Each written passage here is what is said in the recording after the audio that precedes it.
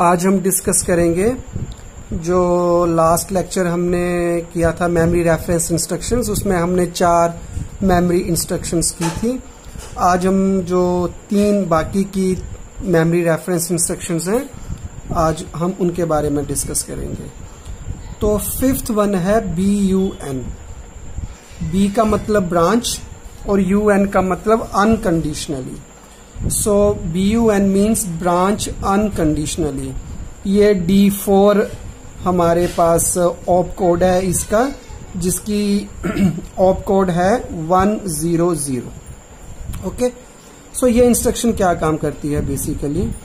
This instruction transfers the control to the instruction specified by the effective address.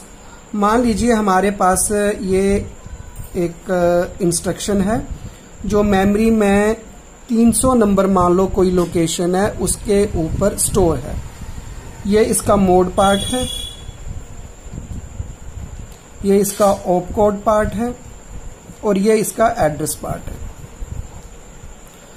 तो op code है इसका 100 which means branch unconditionally, और ये है 500 इसका एड्रेस। सो अब ब्रांच अनकंडीशनली का क्या मतलब होता है कि हमने आपको समझाया था कि कोई भी इंस्ट्रक्शन है और किसी भी प्रोग्राम में चाहे वो जितनी भी इंस्ट्रक्शंस हों, वो सारी की सारी जो नॉर्मल फ्लो है उसका एग्जीक्यूशन का, वो सीक्वेंस में होता है। मान लो कि अभी 1 नंबर इंस्ट्रक्शन एग्जीक्यूट हुई है, फिर ऑब्वियसली 2 नंबर, फिर 3 नंबर, फिर 4 नंबर एंड सो ऑन।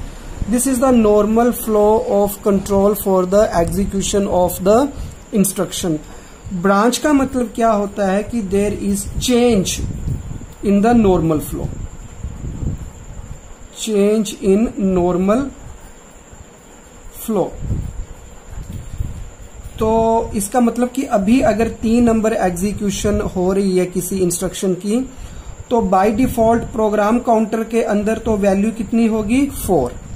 लेकिन जब भी कोई ब्रांचिंग स्टेटमेंट आ जाए, मतलब प्रोग्राम कंट्रोल कोई भी इंस्ट्रक्शन हो, तो उस वक्त देयर इज द अल्टरेशन और change in the normal flow.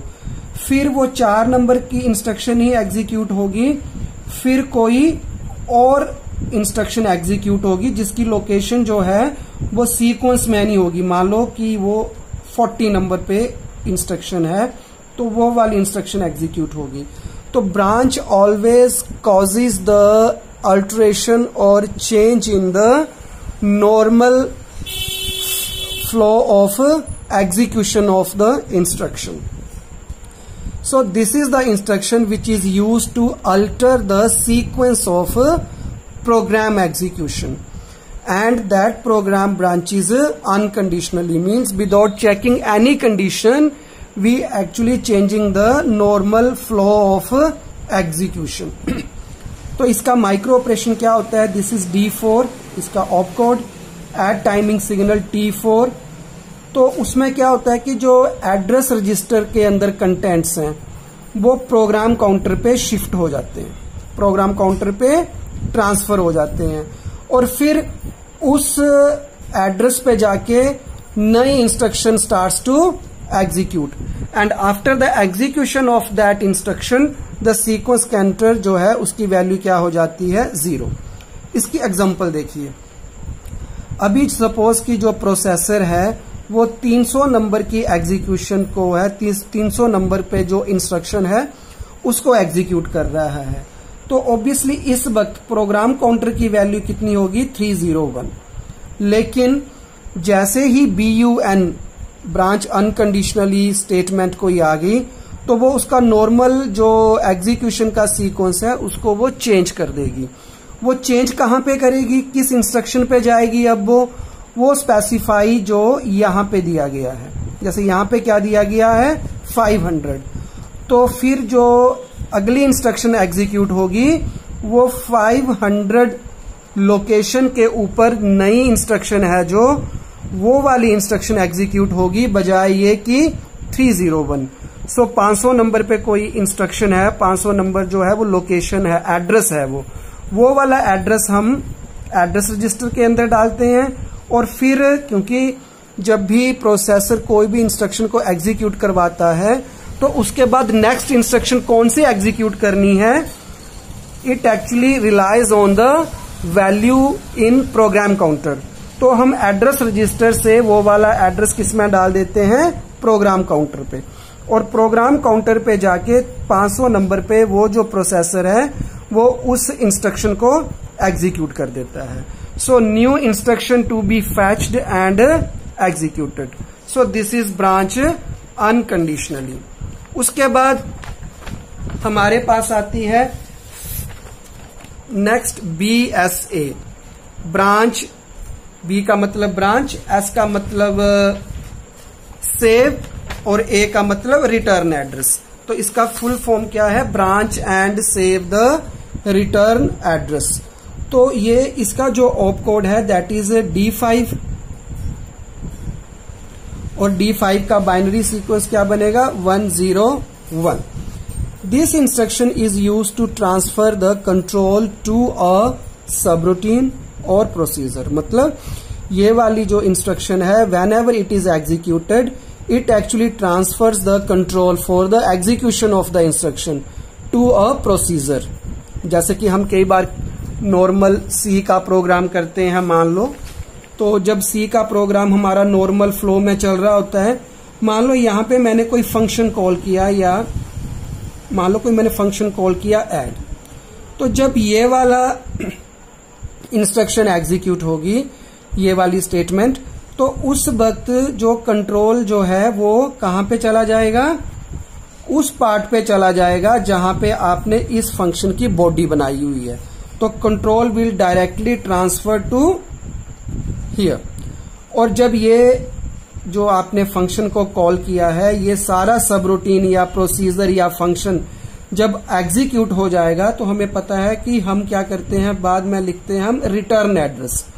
Return का मतलब कि जहां से कॉल किया गया है वहां पे वापस जाना। तो उसके बाद रिटर्न पे आके वो जो फंक्शन था उससे आगे वाली इंस्ट्रक्शन जो है वो एग्जीक्यूट होती है। इसका मतलब हम रिटर्न तभी जा सकते हैं अगर हमने रिटर्न एड्रेस को कहीं पे जाके सेव किया है। तो हमें रिटर्न एड्रेस सेव करना हो, और जब हमारा ये सब रूटीन कंप्लीट हो गया एग्जीक्यूशन के लिए, तो वो वाली इंस्ट्रक्शन जो हमने उस वक्त छोड़ी थी, मान लो कि ये 400 नंबर पे कोई इंस्ट्रक्शन है, तो 401 नंबर की हमने उस वक्त छोड़ दी थी, लेकिन जैसे ही ये प्रोसीजर खत्म होगा तो इंस्ट्रक्शन जो है वो 401 पे एग्जीक्यूट होना शुरू हो जाएगी। तो ये जो 401 है जो रिटर्न एड्रेस है, इसको हम कहीं पे जाके सेव कर लेते हैं ताकि हम बाद में उस लोकेशन से वो वाला रिटर्न एड्रेस ले लें, और नेक्स्ट जो इसके साथ इमीडिएटली नेक्स्ट इंस्ट्रक्शन है सीक्वेंस के अंदर, उस इंस्ट्रक्शन को हम एग्जीक्यूट करवा सकें। तो इसीलिए लिखा हुआ है कि this is used to transfer the control to a subroutine. BSA instruction that saves the address of the instruction in sequence. In sequence का मतलब कि जो नेक्स्ट इंस्ट्रक्शन नॉर्मल फ्लो में एग्जीक्यूट होनी थी, उस इंस्ट्रक्शन को वो, उस इंस्ट्रक्शन के एड्रेस को वो सेव कर लेता है। क्यों सेव कर लेता है? सो दैट द कंट्रोल में कम बैक, ताकि कंट्रोल वापस उस इंस्ट्रक्शन पे आ सके जो हमने अभी स्किप कर दी थी, and resume the execution sequence, और जो फिर सीक्वेंस में नेक्स्ट इंस्ट्रक्शन थी उसको हम एग्जीक्यूट कर सके from where it has been previously left, जो हमने पहले छोड़ दी थी। तो इसके लिए माइक्रो ऑपरेशंस क्या क्या हैं? पहले D5 T4 टाइमिंग सिग्नल। हम सबसे पहले क्या करेंगे, जो प्रोग्राम काउंटर की वैल्यू है, जो भी प्रोग्राम काउंटर के अंदर वैल्यू है, उसको हम मेमोरी एड्रेस रजिस्टर में डाल देते हैं। ठीक है, मतलब उसको हम मेमोरी में स्टोर कर देते हैं उस एड्रेस को, और वहां से हम रीड करते हैं इंस्ट्रक्शंस को। ठीक है, और मेमोरी को हम यहाँ पे फिर हम इस लोकेशन पे जाके वो वाली इंस्ट्रक्शन को रीड करते हैं, और एड्रेस रजिस्टर की वैल्यू को 1 बढ़ा देते हैं। ठीक है ना। और उसके बाद D5 T5 पे क्या होता है कि जो AR के अब जो कंटेंट्स हैं, जो इंक्रीमेंट होके आए, उसको प्रोग्राम काउंटर में डालते हैं, और फिर यहां से एग्जीक्यूशन शुरू हो जाती है। अब देखिए, ये है बिफोर एग्जीक्यूटिंग द इंस्ट्रक्शन। मान लीजिए कि जो 20 नंबर पे, जो 20th लोकेशन पे, मेमोरी की 20th लोकेशन पे कोई इंस्ट्रक्शन है, वो है 0BSA135। ओके, तो 20 नंबर पे ये जो इंस्ट्रक्शन है वो एग्जीक्यूट हो रही है, तो ऑब्वियसली प्रोग्राम काउंटर पे कौन सी वैल्यू होगी? 21। लेकिन क्योंकि ये BSA है, मतलब ये कोई ब्रांचिंग स्टेटमेंट है, तो ब्रांचिंग स्टेटमेंट क्या करती है? It altars the normal sequence of the execution. ये इसका एड्रेस पार्ट है 135, तो एड्रेस रजिस्टर में कौन सी वैल्यू जाएगी? 135। और मान लो कि 136 पे जो आपने फंक्शन कॉल किया है या जो सब रूटीन है उसकी बॉडी है, तो ये है हमारे पास before execution of this statement. अब जब एग्जीक्यूट होगी उस वक्त क्या होगा? 0BSA135, प्रोग्राम काउंटर की यहां पे वैल्यू कितनी थी? 21, क्योंकि आगे ये वाली इंस्ट्रक्शन को एग्जीक्यूट होना था, लेकिन क्योंकि ब्रांच आ गई अब ये वाली एग्जीक्यूट नहीं होगी, तो ये हुआ हमारा return address. This is return address. So after execution क्या होगा कि ये जो रिटर्न एड्रेस है वो ये जो हमारे पास एड्रेस दे रखा है वहां पे जाके सेव हो जाएगा। मतलब कहां पे? 135 लोकेशन पे ये सेव हो गया। तो यहां पे ये जो रिटर्न एड्रेस है, यहां पे actually we are saving this address, so return address is saved here. कौन सा रिटर्न एड्रेस? जो एक्चुअली में नॉर्मल सीक्वेंस में next instruction which was suppose to execute, जिसको हमने एग्जीक्यूट करवाना था, लेकिन ब्रांचिंग आ गई तो ये सीक्वेंस में आया ही नहीं, सीक्वेंस से बाहर चला गया। लेकिन क्योंकि हमने इस इंस्ट्रक्शन को एग्जीक्यूट करना है तो हमने इसका एड्रेस जो है वो इस लोकेशन पे जाके स्टोर कर दिया। ये वाली चीज यहां पे आ गई। उसके बाद क्योंकि ये एड्रेस रजिस्टर की वैल्यू थी 135, तो अब हमने क्या किया? एड्रेस रजिस्टर को एक इंक्रीमेंट कर दिया। इंक्रीमेंट करने का मतलब क्या हो गया? अब एड्रेस रजिस्टर पे वैल्यू कितनी हो गई? 136। ठीक है, फिर हमने क्या किया? वो जो इंक्रीमेंट होके वैल्यू आई उसको हमने प्रोग्राम काउंटर पे चेंज कर दिया। तो प्रोग्राम काउंटर पे जब मैंने इसको ट्रांसफर किया तो यहां पे वैल्यू कितनी आ गई? अब 136। तो अब प्रोसेसर जो है वो 136 पे स्टार्ट कर देगा इस सब रूटीन को एग्जीक्यूट करना, बिकॉज 136 पे उस सब रूटीन की फर्स्ट इंस्ट्रक्शन स्टोर हुई होगी, तो वो उस सब रूटीन को एग्जीक्यूट कर देगा।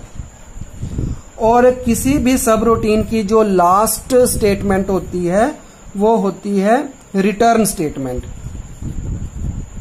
और वो किस फॉर्म में होती है? वो होती है ब्रांच अनकंडीशनली।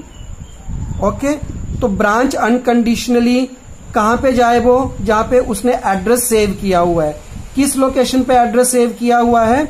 135 पे। तो यहां पे क्या आ जाएगा? 135। अब क्योंकि जब वो 135 पे जाएगा तो उसको वो इंस्ट्रक्शन नहीं मिलेगी, उस इंस्ट्रक्शन का एड्रेस मिलेगा। तो इसका मतलब ये इनडायरेक्ट एड्रेस हो गया। तो इनडायरेक्ट एड्रेस के लिए हमें पता है कि मोड की वैल्यू क्या होती है? 1। तो अब क्या होगा? जैसे ही ये स्टेटमेंट एग्जीक्यूट होगी तो कंट्रोल जो है वो यहां से 135 पे जाएगा। 135 पे एक और एड्रेस होगा, उस एड्रेस का नाम, उसका एड्रेस क्या है? 21। फिर कंट्रोल जो है वो 21 पे चला जाएगा और फिर वो वाली इंस्ट्रक्शन जो हमने पहले छोड़ी थी, ये वाली जो इंस्ट्रक्शन है वो एग्जीक्यूट होना शुरू हो जाएगी।